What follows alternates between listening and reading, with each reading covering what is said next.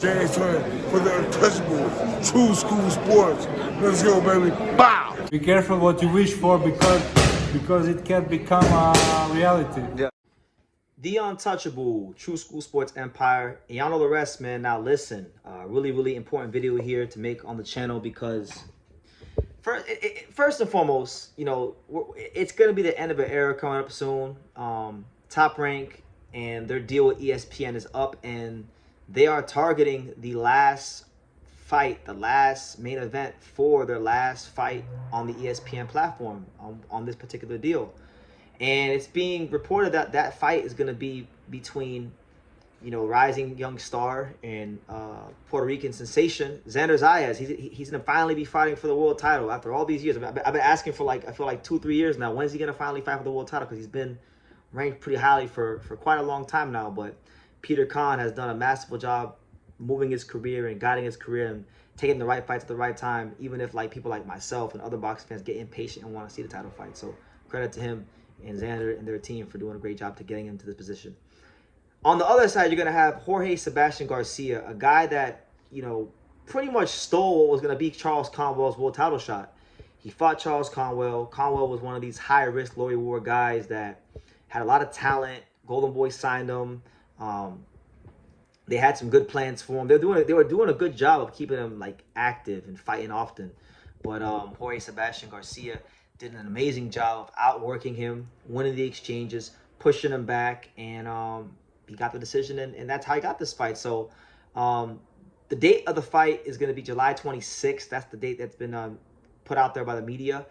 The site has yet to be determined, but it is going to be the final Top Rank on ESPN card. So what a unique opportunity for Xander Zayas to close out ESPN, and how fitting, because Xander, you know, he's Puerto Rican, of course, but he grew up the majority of his childhood in South Florida, on some of the same streets I'm from. You know, he's from Sunrise, Florida.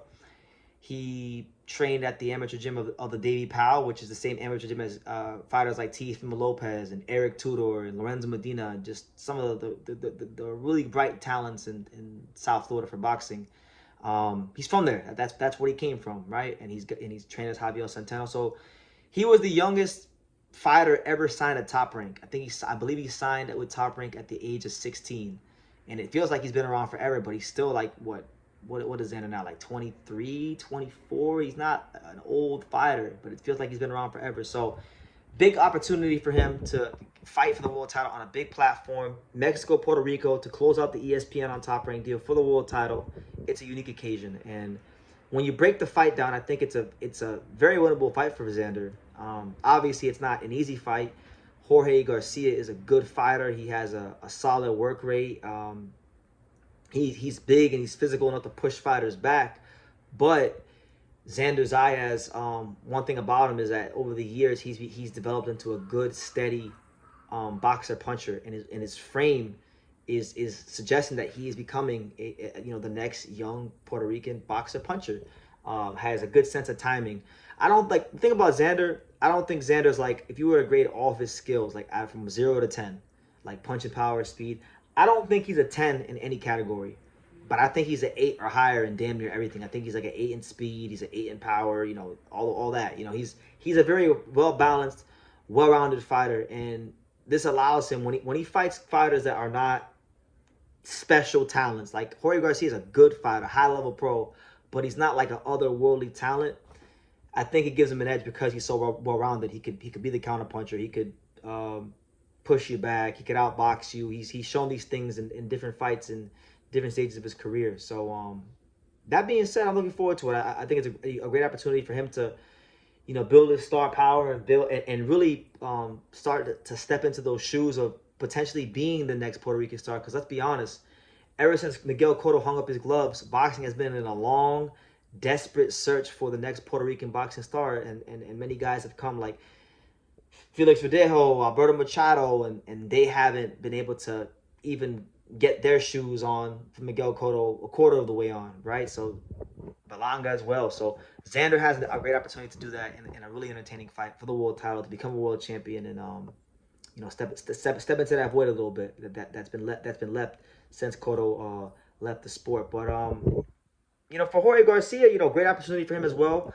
he gets the chance to, you know, a guy he's become a bit of a late bloomer, because this is a guy that, you know, was losing some fights earlier in his career. You know, then he fought and upset Rourke Knapp. That was a good win for him. And then he upset Charles Conwell. So he's playing right now. The way I see it for Jorge Garcia, this is an amazing opportunity. You playing with house money right now. And I'll tell you guys this: if boxing history showed us anything about Mexican fighters when they have nothing to lose and everything to gain, that's the most dangerous thing in the world, honestly. So I would expect him to give every last fiber of his being to win that world title, to, you know, hurt Xander to the body and push him back and use his physicality. And it's gonna be incumbent upon Xander Zayas to punch in between the shots and find a way to cut that volume and the output in half. Because if he can't do that, then it's gonna be a long night for him, and he will not win the world title, and he will end Top Rank's era on ESPN with his first professional loss of his career. So I think it's a good fight. I think it's an intriguing fight,